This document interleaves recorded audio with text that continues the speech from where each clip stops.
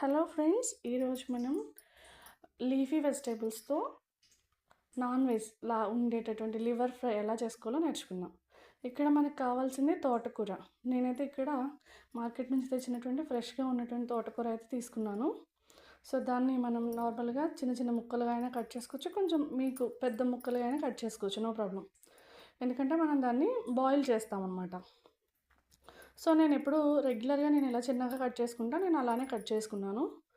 So first అయితే ఒక చిన్న గిన్నె తీసుకుని దానిలో వాటర్ పెట్టేసి ఉంచా. అవి బాగా మరిగిన తర్వాత అవి మరిగే వరకు లోపల మనం తోటకూరని బాయిల్ అదే కడిగేసుకుని ఉంచుకుంటే దానిలో వేసుకోవచ్చు.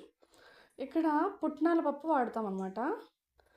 దాన్ని కూడా ఎలా అంటే మిక్సీ పట్టేసేసి, లేదు శనగపిండి అయినా వాడచ్చు. కాకపోతే అది శనగపిండి వాడితే ఏంటంటే దాన్ని వేయించాలి. సో వాటర్ అయితే బాయిల్ అయ్యాయి, తోటకూర దీనిలో యాడ్ చేస్తున్నాను నేను. సో ఈ తోటకూర మనకి ఆల్మోస్ట్ బాయిల్ అయ్యేదాకా చెక్ చేసుకోవాలి. ఇక్కడ మనం మొత్తం చేసేదే వెజిటేబుల్స్తో.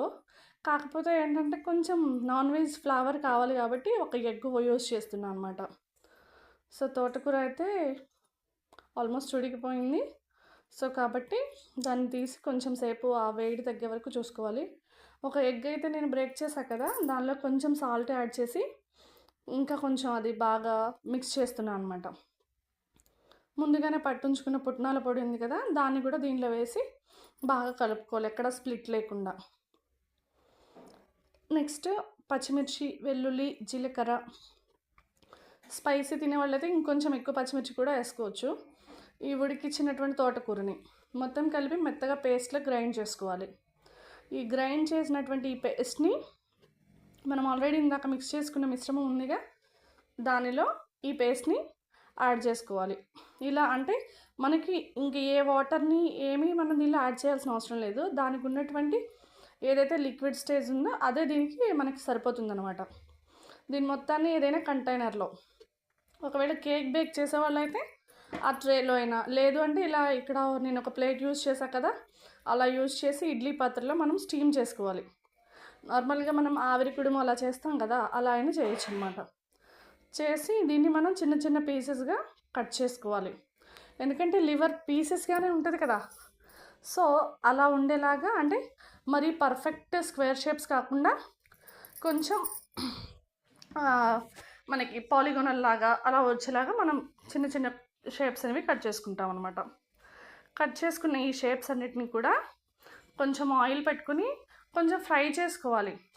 ఎందుకంటే ఫ్రై చేసుకుంటే ఏమవుతుందంటే ఇక్కడ ఇప్పుడు మనకి కొంచెం స్టిక్కీగా కొంచెం అనిపిస్తున్నటువంటి ఈ పీసెస్ ఏమవుతాయంటే, ఫ్రై చేయడం వల్ల లోపల ఉన్నటువంటి ఎగ్ కానీ, మనం ఆల్రెడీ ఫ్లోర్ కలిపాం కదా పుట్నాల పొడి, దానివల్ల ఏమవుతాయంటే కొంచెం రోస్ట్ అవుతాయి. రోస్ట్ అయ్యి కొంచెం క్రంచీ ఫ్లేవర్ అనేది వస్తుంది అనమాట. అందుకోసమని మనం కొంచెం దీన్ని ఫ్రై చేసుకోవాలి. ఈ ఫ్రై చేసుకున్న వాటిని మనం ఆయిల్ నుంచి స్ట్రెయిన్ చేసి విడిగా తీసి పెట్టుకుంటాం. తర్వాత అయితే ఆయిల్ మళ్ళీ వేరే దానిలో బాండీలో వేసి ఆయిల్, ఉల్లిపాయలు, కరివేపాకు, కొంచెంగా పసుపు, ఉప్పు వేసి, అలాగే ఇవి కొంచెం వేగిన తర్వాత కొంచెం అంత అల్లం పేస్ట్ కూడా వేసి మొత్తం మనము దోరగా వేగేలాగా వేయించుకోవాలి. దీనిలో మసాలా పొడి వేసాను, అలాగే కారం కొంచెం. ఇదేంటంటే మనం మీట్ ఎప్పుడైనా వండేటప్పుడు ఖచ్చితంగా మనం పెరుగు యూజ్ చేస్తాం కదా, సో ఇక్కడ కూడా అలానే ఒక చిన్న పెరుగు అనమాట యూజ్ చేసి దాన్ని మొత్తాన్ని కూడా మనకి ఇక్కడ ఆయిల్ సపరేట్ అవుతుంది కదా, ఇలా సపరేట్ అయ్యేంత వరకు కూడా మనం వేయించుకోవాలి. వేయించుకున్న తర్వాత మనం ఆల్రెడీ ఫ్రై చేసి పెట్టుకున్నటువంటి లివర్ పీసెస్ని దీనిలో కలిపి వేయించుకోవాలి. సో మరి కచ్చాపిచ్చాగా కాకుండా మంచిగా జాగ్రత్తగా మనము చేయించుకోవాలి, ఎందుకంటే ముక్కలన్నీ విడిగా అయిపోతాయి కాబట్టి.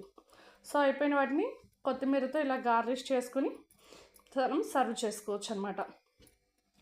మనం ఏదైనా అంటే ఈవినింగ్ స్నాక్స్గానే మనం ఇది తినేసేయచ్చు, ఎందుకంటే ఇక్కడ మనం ఏమి స్పైసీ ఏమి యూజ్ చేయం కాబట్టి. Thank you for watching friends. For more videos, like and subscribe my channel.